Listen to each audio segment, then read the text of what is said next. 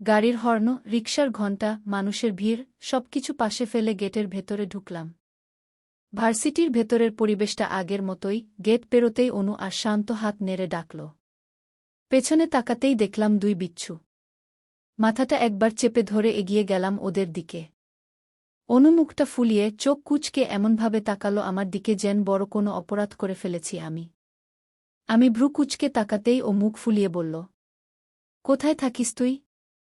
আমি সামনে এগুতে এগুতেই don't care ভাব নিয়ে বললাম, আমার বাড়িতে। সে আগের থেকেও বেশি মুখ ফুলিয়ে বলে উঠল, কালকে কতবার কল দিয়েছি বলতো?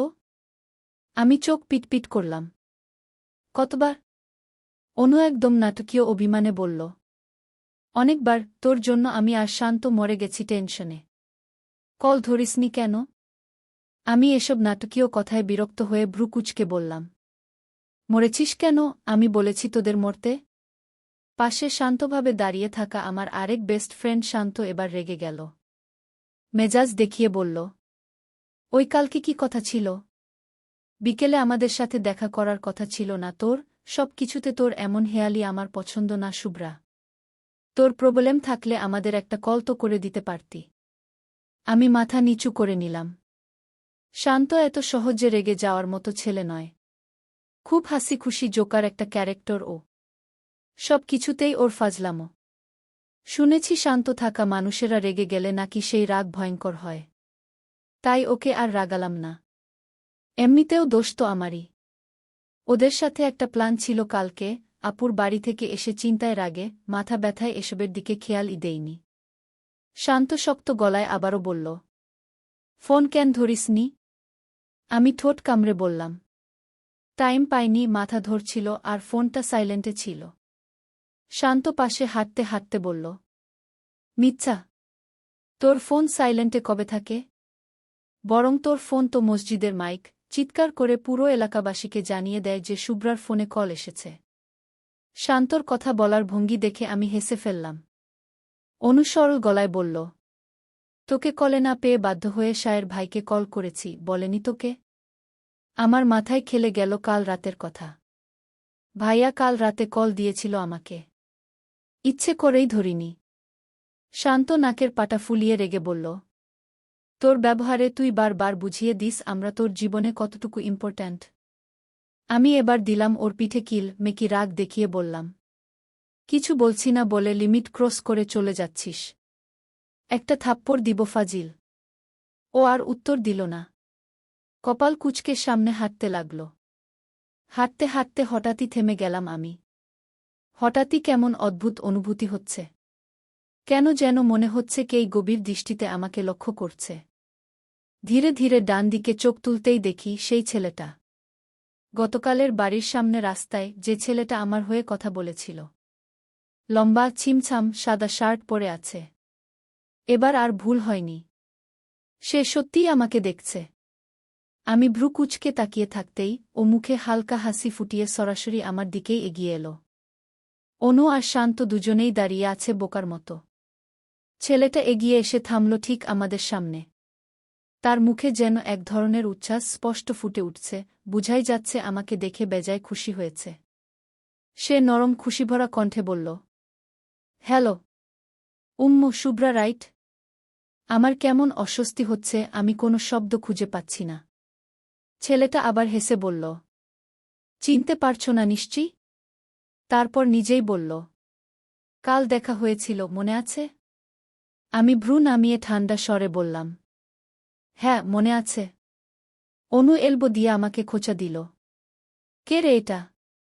ছেলেটার সাথে সাথেই খুব ভদ্রভাবে বলল, শুভ্রা, মর্ম ভাইয়ের পক্ষ থেকে আমি তোমার কাছে ক্ষমা চাচ্ছি। আমি অত্যন্ত দুঃখিত। আমার ভাইয়া কাল তোমার সাথে একটু বেশি মজা করে ফেলেছে। আসলে? তাকে কথা শেষ করতে না দিয়েই ভ্রু কুঁচকে অবুঝের ন্যায় প্রশ্ন করলাম, মর্মকে? ছেলেটা আলতো হাসল। ওইয়ে কাল যার সাথে কথা বললে। 7 বছর পর দেশে এসেছে ভাইয়া। বিদেশি কালচারে অনেক দিন ছিল তো তাই হয়তো এই মজাটাকে সে সামান্য মনে করেছে। বুঝতে পারেনি তুমি কষ্ট পাবে। শান্ত অবাক চোখে একবার আমার দিকে একবার ছেলেটার দিকে তাকাচ্ছে। আমি নিজেও ভ্রু কুঁচকে তাকালাম। সাথে অবাক ও হলাম প্রচুর। যার জন্য আপুদের বাড়িতে এত আয়োজন, এত অনুষ্ঠান, সে ছেলের সাথেই আমার রাস্তায় দেখা হয়েছে। দাঁতে দাঁত চেপে ধরে ভাবছি, মানুষ তাদের সন্তানদের ভালো করে পড়াশোনা করে মানুষের মতো মানুষ হওয়ার জন্য দেশের বাইরে পাঠায়, আর এরা নিজেদের সন্তানকে দেশের বাইরে পাঠিয়ে অসভ্য বেয়াদব বানিয়েছে। যে পরিমাণ অসভ্য হলে প্রথম দেখায় অপরিচিত একটা মেয়ের সাথে এত বাজেভাবে মজা করা যায়। আমি মুখ ঘুরিয়ে নিলাম। ছেলেটা আবার বলল, তুমি রাগ করো না প্লিজ। আমার ভাই কিন্তু এমনিতে খুব ভালো। ও আসলে বুঝতে পারেনি। আমি কথা কেটে জোরপূর্বক মুখে হেসে টেনে বললাম, থাক ভাইয়া, বুঝতে পেরেছি। আপনার সাথে দেখা হয়ে ভালো লাগল। আমার ক্লাস আছে ভাইয়া, আমি কি আসতে পারি? ছেলেটি তড়িঘড়ি মাথা নাড়ল। নিশ্চয়ই, কেন নয়। ক্লাসে যাও, আবার দেখা হবে। সুযোগ বুঝে দ্রুত কেটে পড়লাম সেখান থেকে। অনু আর শান্ত ও আসছে পিছু পিছু। কিন্তু আমার ষষ্ঠ ইন্দ্রিয় ঠিক জানান দিচ্ছে যে সে এখনও তাকিয়ে আছে আমাদের দিকে। আমি আর পেছন ফিরে তাকালাম না, চলে এলাম সোজা ক্লাসরুমে। ক্লাসে গিয়েও মাথায় ঘুরতে লাগল কালকের কথা। ক্লাসে কিছুতেই মনোযোগ দিতে পারলাম না। স্যার নিজের মতো পড়া বোঝাচ্ছেন, আমি চেয়েও সেদিকে মনোযোগ দিতে পারছি না। ভার্সিটি থেকে ফিরে বাসার গেট ঠেলতেই প্রথমে মনে হলো আজ বাসাটা যেন একটু অস্বাভাবিকভাবে সরব। পা টেনে ভেতরে ঢুকলাম। ড্রয়িংরুমে পা রাখা মাত্রই দেখি আম্মু দৌড়ের উপর, এদিকে ওদিকে হাঁটাহাঁটি করছে, রান্নাঘর থেকে আবার দৌড়ে বেরোচ্ছে। আমি ভ্রু কুঁচকে বললাম, এ কি আম্মু? বাসায় কি হচ্ছে? আম্মু যেন আমার প্রশ্ন শুনলই না। হাতে ট্রে, বাটি, গ্লাস নিয়ে যাচ্ছিল, পরিষ্কার করার জন্য হয়তো। কিছুটা গিয়ে আবার ফিরে এলেন, আমার দিকে তাকিয়ে বললেন, তুই এলি? আমি খুব ব্যস্ত শুভ্রা, আমার হাতে হাতে একটু হেল্পও করত। তোর চাচা, চাচি সবাইকে আজ আসতে বলেছি। আমি সোফায় ব্যাগটা ছুঁড়ে রেখে নিজেও বসে পড়লাম। চাচ্চু, কাকিমা? আজ? কেন? উত্তরে আম্মু এমন কিছু বলবে আমি কল্পনাও করতে পারিনি। আম্মু এমন ভঙ্গিতে খবরটা দিল যেন আসমান ভেঙে আমার মাথায় পড়ল। শুক্রবার দাওয়াত ছিল না অহিষ্যুর বাড়ির লোকদের? পরশু? কিন্তু তোর আব্বু আবার কল করে রিকোয়েস্ট করেছে তারা যেন কালই চলে আসেন। একদিন একটু সবাই আনন্দ করবে, পরদিন না হয় অহিকে রেখে ওরা চলে যাবে। আমি চোখ বড় করে বললাম, মানে পাগল হয়েছ তোমরা? ওরা কেন এখানে আসতে যাবে? আর আব্বুকে তুমি এমন কাজ করতেই দিলে কেন আম্মু? ওরা বড়লোক মানুষ, আমাদের বাড়ি ওদের পছন্দ হবে? পরে আরও বদনাম করে যাবে তোমার। সব জিনিসে ভুল ধরবে, ছোট করে কথা বলবে। ভালো লাগবে তখন? এক্ষুনি ফোন দিয়ে না করে দাও।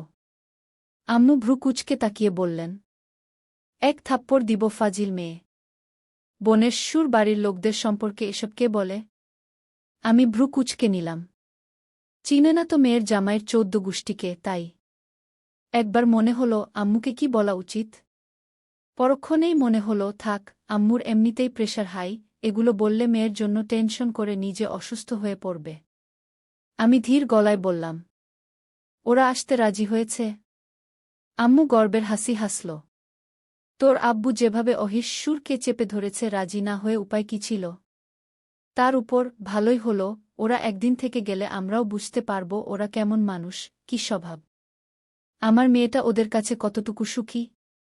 আমার অহিটা তো খুব চাপা, মরে গেলেও পেটের কথা ওর ইচ্ছের বিরুদ্ধে কেউ বের করতে পারে না। আল্লাহ এত ধৈর্য ওকে কোথা থেকে দিয়েছে কে জানে। বলতে বলতে আম্মু ইমোশনাল হয়ে গেল। আমি ঠোঁট কামড়ে বসে রইলাম, কিছু বললাম না। ভেতরে ভেতরে শুধু চাপা আগুন জ্বলছে। আম্মু আবার বলতে লাগল, এখন তোর ভাইকে কল কর, বল তোর চাচিকে নিয়ে আসতে। তোর চাচা না হয় পরে অফিস থেকে চলে আসবে। আমি একা এত কাজ করব কি করে? বাজার করতে হবে, ঘর গুছাতে হবে, রান্না সবই তো করতে হবে। আমি চুপচাপ তাকিয়ে রইলাম আম্মুর দিকে। এত হইচই, এত আয়োজন, সব সেই বাড়ির লোকদের জন্য, যাদের জন্য আমার নিজের বোনটা ঠিকমতো নিঃশ্বাস নিতে পারে না, যাদের জন্য আমাকে গতকাল রাস্তায় দাঁড় করিয়ে অপমান করা হলো। এক মুহূর্তে গলার ভেতরটা শুকিয়ে গেল। রাগে গরম হয়ে উঠল পুরো শরীর। আম্মু রান্নাঘরের দিকে দৌড়াতেই আমি সোফার ব্যাকরেস্টে হেলে চোখ বন্ধ করলাম। চোখ বন্ধ করতেই হাসি ফুটে উঠল আমার ঠোঁটে, মনে মনে ভাবতে লাগলাম, ভালোই হলো, আয় তোরা নিজেদের বড়লোক দর্প নিয়ে এসে দেখ শুভ্রা কি জিনিস। পরে যা হবে দেখা যাবে। আমি ফিক করে হেসে ফেললাম।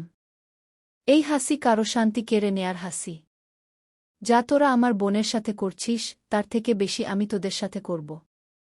আমাদের বাড়ির মেইন গেটের সামনে দাঁড়িয়ে আছি আমি।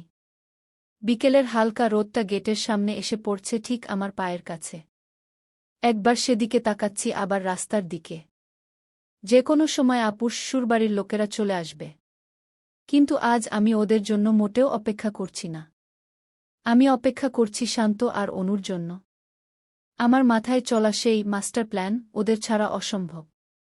কিছুক্ষণ দাঁড়িয়ে থাকার পর দূর থেকে দুটো পরিচিত ছায়া দ্রুত এগিয়ে আসতে দেখলাম। অনু আর শান্ত। দুজনেই হাঁপাচ্ছে। ওরা সামনে আসতেই আমি হাতে থাকা ব্যাগটা ঠিক করে চাপা গলায় বললাম, কি রে শান্ত, ওটা এনেছিস? শান্ত এক গম্ভীর ভঙ্গিতে ব্যাগের ভেতর হাত ঢুকিয়ে একটা ছোট কালো ডিভাইস বের করল। দেখতে ছেলেবেলার খেলনা টেপ রেকর্ডারের মতো। এর ভেতরে সেট করা আছে ভয়ঙ্কর কিছু সাউন্ড, কিছু নিঃশ্বাস, ধপধপ শব্দ, আর হঠাৎ আত্মা কাঁপিয়ে দেওয়ার মতো আত্মচিৎকার। শান্ত ডিভাইসটা আমার দিকে বাড়িয়ে দিয়ে বলল, এই নে, সব রেকর্ড করা আছে এর মধ্যে। আমি একবার ডিভাইসটা উল্টে পাল্টে দেখে কথা না বাড়িয়ে রেকর্ডারের সুইচ অন করলাম। হঠাৎই এত জোরে এর ভিতর থেকে সাউন্ড ভেসে এলো, অন্তরাত্মা কেঁপে উঠল আমার। চমকে উঠলাম আমি, ভয় পেয়ে লাফিয়ে উঠলাম। এই কি ভয়ঙ্কর রে বাবা! অনু সরাসরি আমার হাত আঁকড়ে ধরল। চোয়াল কাঁপছে ওর। ও কাঁপা গলায় বলল, শুভ্রা, আরেকবার ভাব। আমি তাকালাম ওর দিকে। কি ভাবব? এটার শব্দে যদি ওদের কারো কিছু হয়ে যায়, এটা প্রচণ্ড ভয়ানক। যদি টার্টফেল কিছু হয়ে যায়? আমি ঠান্ডা গলায় বললাম, হলে হোক। আমার বোনকে ওরা যে আগুনে পোড়ায় রোজ, তার সামনে এটা কিছুই না। শান্ত পকেটে হাত পুড়তে পুড়তে বলল, আর যদি ধরা পড়ে যাস? পরে ওহি আপুর প্রবলেম হবে না? কি আর হবে? বেশির থেকে বেশি আমার আপুকে বাসা থেকে বের করে দিবে। তাতে ক্ষতি কি? বরং আমার বোন বেঁচে যাবে ওই জানোয়ারগুলোর ভিড় থেকে। ওরা আর কোনো উত্তর দিল না। জানে আমি একবার যা সিদ্ধান্ত নিয়েছি তা করবই। আমি রেকর্ডারটা ব্যাগে ঠেসে ঢুকিয়ে বললাম, চল ঘরে যাই। আম্মু কাকিমা একা একা সব কাজ করছে। ঘরের ভেতরের তোলপাড়। ঘরের দরজা ঠেলতেই দেখলাম সবাই যার যার মতো ব্যস্ত। রান্নাঘর থেকে একের পর এক হাঁড়ির ঢাকনা টুংটাং শব্দ করে উঠছে। আম্মু মুখে ঘাম মুছছে আর ছোটাছুটি করছে। সামনেই কাকিমা ডাইনিংয়ে দাঁড়িয়ে ফল কাটছেন এমনভাবে যেন 1 মিনিট দেরি হলেই সর্বনাশ। আমার 4 বছর বয়সী চাচাতো বোন রিয়ানি এদিক ওদিক দৌড়াচ্ছে। বাড়িটা আজ কি সুন্দর পরিপাটি দেখাচ্ছে, সাথে অস্বাভাবিক ব্যস্ততা, যেন ঈদের দিনও এমন হইচই হয় না। আমি হাত বুকের উপর রেখে দৃশ্যটা দেখলাম। সবাই দৌড়াচ্ছে একটা অকারণে, যাদের জন্য আমরা এত কিছু করছি তাদের ভেতরের রূপ কেউ জানে না। ভেতরে ভেতরে আমার রাগটা আবার জ্বলে উঠল। কিন্তু মুখে কোনোভাবেই সেটা দেখালাম না। আমি অনু আর শান্তকে বললাম, চোখ কান খোলা রাখিস। আজকে কারো মুখের একটাও কাটাছেঁড়া কথাও মাফ করব না। বাড়িতে সমস্ত কিছু রেডি। শুধু ফল আনা হয়নি এখনো। আমাকে দাঁড়িয়ে থাকতে থেকে ভেতর থেকে আম্মুর ডাক এলো, শুভ্রা, শায়েরকে ডাকতো। কতক্ষণ আগে বলে এলাম বাজার থেকে ফল আনতে। আমি বিরক্ত মুখে নিঃশ্বাস ফেললাম। এই ঘরের এত চাপের মধ্যেও এই একমাত্র মানুষ যার জীবনে কোনো চাপ নেই, সে হচ্ছে ভাইয়া। তার রুমের দিকে এগোতেই রাগটা আবার মাথা চাড়া দিল। দরজা আধখোলা। ভিতরে উঁচু সাউন্ডে গেমের শব্দ, আর ভাইয়া মেঝেতে উল্টে শুয়ে মোবাইলে ডুবে আছে। যেন বাহিরে দুনিয়ায় কিছুই ঘটছে না। আমি গলা উঁচিয়ে বললাম, ভাইয়া, এভাবে শুয়ে কি করছো? আম্মু তোমাকে কখন বলেছে বাজারে যেতে? সে বিরক্ত মুখে ফোনটা থামিয়ে উঠে বসল, চোখ কুঁচকে বলে উঠল, আহ, কাল থেকে তো পুরো বাজারটাই তুলে আনিয়েছে আমাকে দিয়ে। আমার কোমর ব্যথা হয়ে গেছে। তুই যা।